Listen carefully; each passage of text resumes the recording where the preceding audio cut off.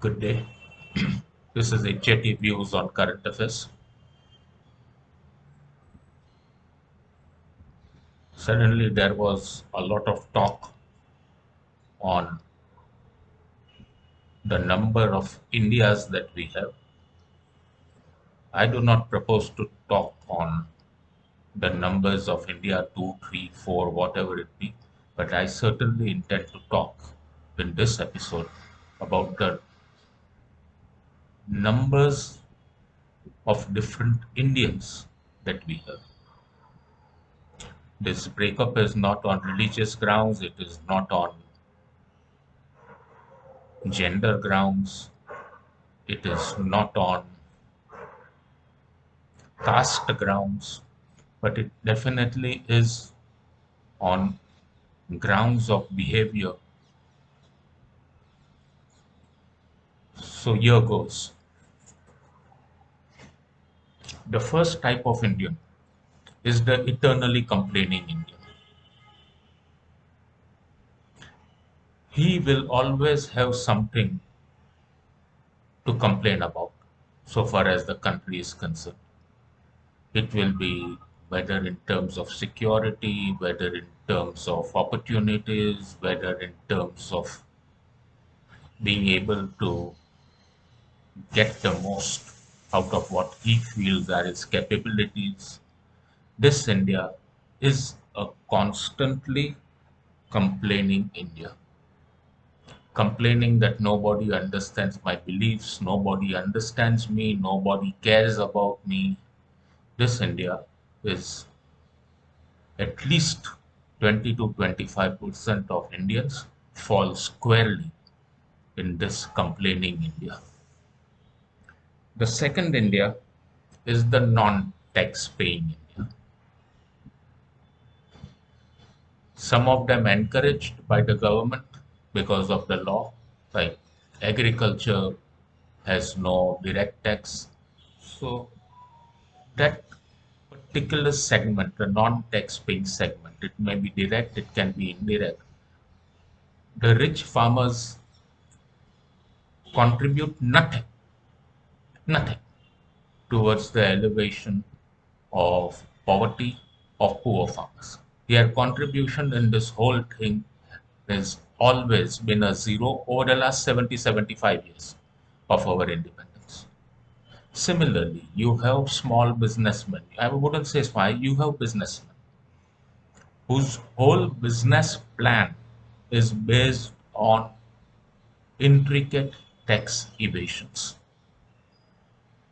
They are advised on this by professionals, whether it be lawyers, whether it be accountants. So this is a area of non-tax paying Indians, whether they be part of individuals, whether they be part of some business, whether corporate, whether partnership, whether trading, whether sole trader, whatever it is. This is another part of India which simply does not pay its due share of taxes. I would say this India is about 35 to 40% of the total Indian tax paying population. Then let us move on to the third breed of Indians, the third type, the absurdly wealthy Indian. Their concerns are very different from the rest of us. Their wealth can be measured in millions and billions of rupees, but they will still complain about the cost of petrol. They will still complain about the cost of food grains. They will complain about the cost of school fees. They will complain about the cost of teachers' fees. They will complain about the prices of grains. They will complain about the prices of clothing.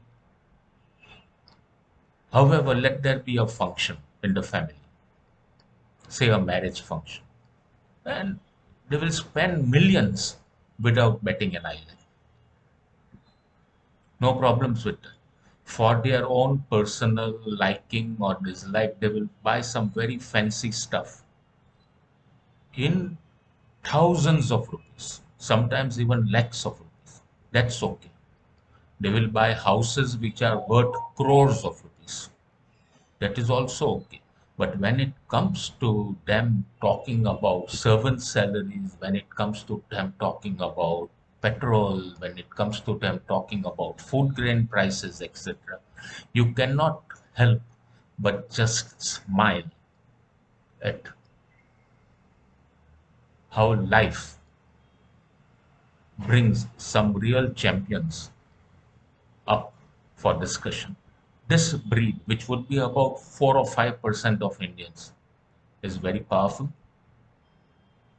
and it has the ability to get media attention its way very, very clearly. The fourth type of Indian is the Indian that is dynasty proof.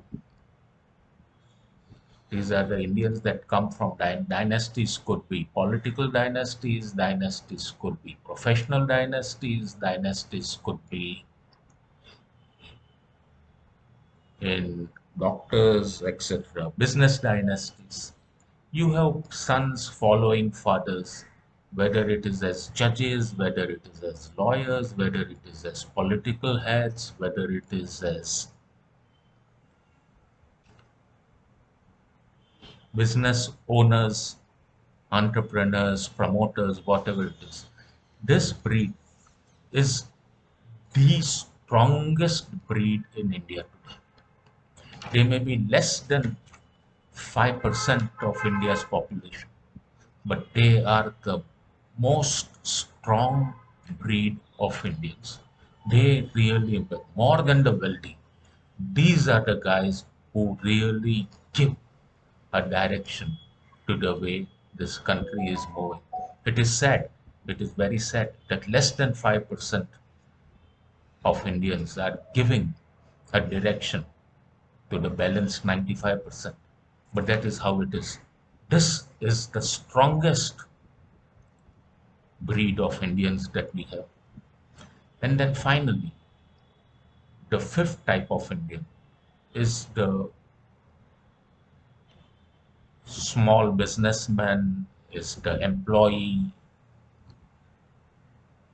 mainly good at paying all their taxes.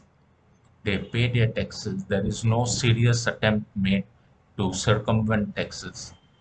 They follow the rules, they follow procedures. Sometimes they are forced to give bribes by way of corruption, but they are forced, not that they want to do that. Now, this is the breed that actually is supporting the country today. It is the one that is giving the managerial inputs into the country. But it is also the breed which is working the hardest to ensure that their children move out of the country. They don't want their children to stay inside the country. They are therefore the breed that is giving the maximum to overseas countries in terms of brain power. Very, very soon we will find that as this breed gets older and older and their children move out, there is nobody replenishing this particular area of the population, which may be just 20%, 30%. You will find that India becomes more and more difficult to govern because there is nobody willing to pay taxes honestly, and there is nobody willing to follow rules and regulations honestly and in the letter and spirit of the word. With this, I end my episode of today. If you find it interesting, please share with your colleagues, friends, addresses, etc. Till then, Jai Hind, Jai Maharashtra, Jai Mumbai. Bye. Have a great day.